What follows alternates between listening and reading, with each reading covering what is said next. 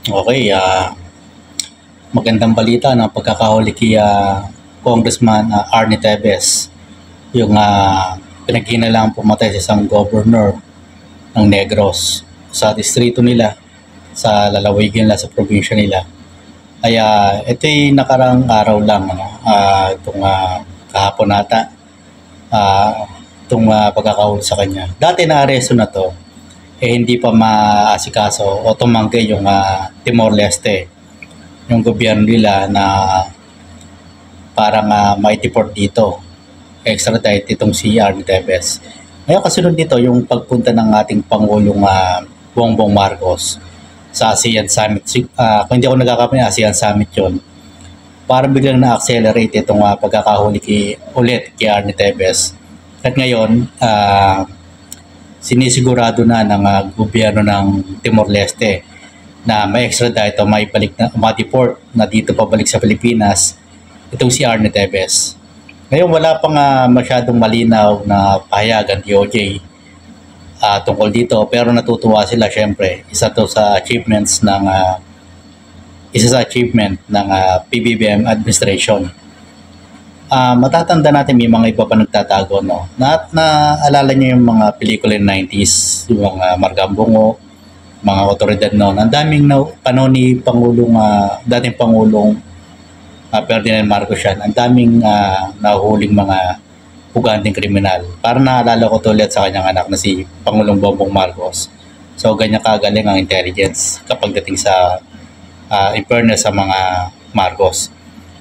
Sabi pa nga dati ng kamag-anak namin na magaling yung mga spy ng dating Pangulong Marcos, Ferdinand Marcos, kaya madaling mahuli mga pugante ng mga otoridad. Kaya marami na isa sa pelikula, kung napapansin nyo, yung mga 90s movie ng mga otoridad, no?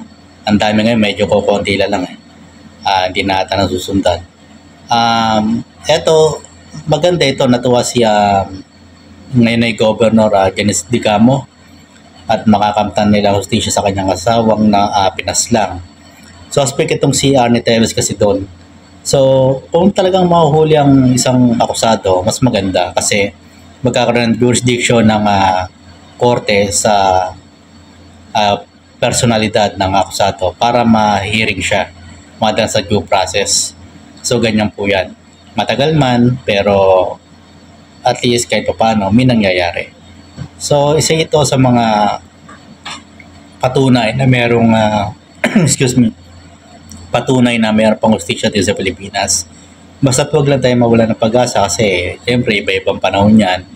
At kumikilos naman ang Panginoon Diyos sa misteryosong pamamaraan din para makamtan ang hustisya ng mga ibang napel, lalong-lalo na yung mga mahihirap.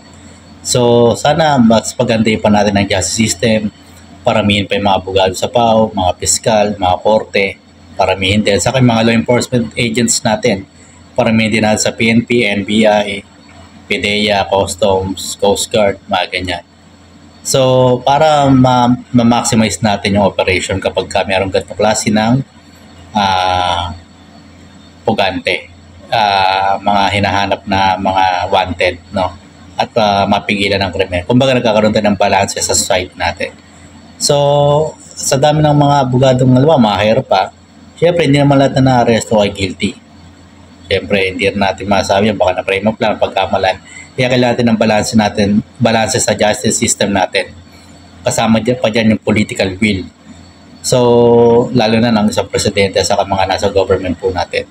Sana mga propesa sa gobyerno natin, isipin yung mga nagpapatupad ng batas sa mamayan, maging standard na natin para mangiwi yung mga mangilag yung mga tangkang manuhol. At kung may gumawa man ng krimen, hindi natin mapipigilin yan, pero mapapanagot natin sa tamang proseso.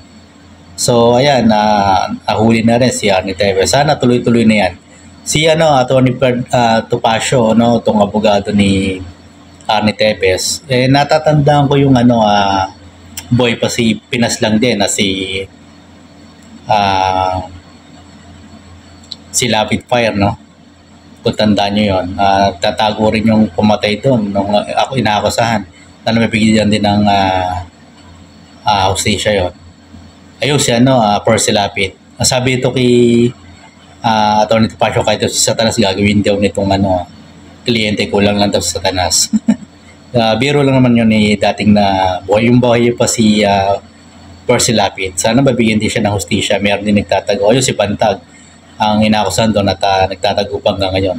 Sana mahuli rin bago matapos itong PBBM administration. Pero sa palagay ko, yung mga tracker team niya, si NBI, saka PNP, o nga pala si Harry Roque, kailangan mahuli din yan. Dahil ang daming drama nito ni Harry Roque. Humarap ka na lang. Bugado ka naman, may pera ka naman eh. So, ayan. At ito nagyayabang pa eh. Magagaya ka rin ka, Arnie Tevez, at Tony Harry Roque, tanda mo yan. Mga pinaggagawa mong kalokohan na yan. Kakarma ka rin.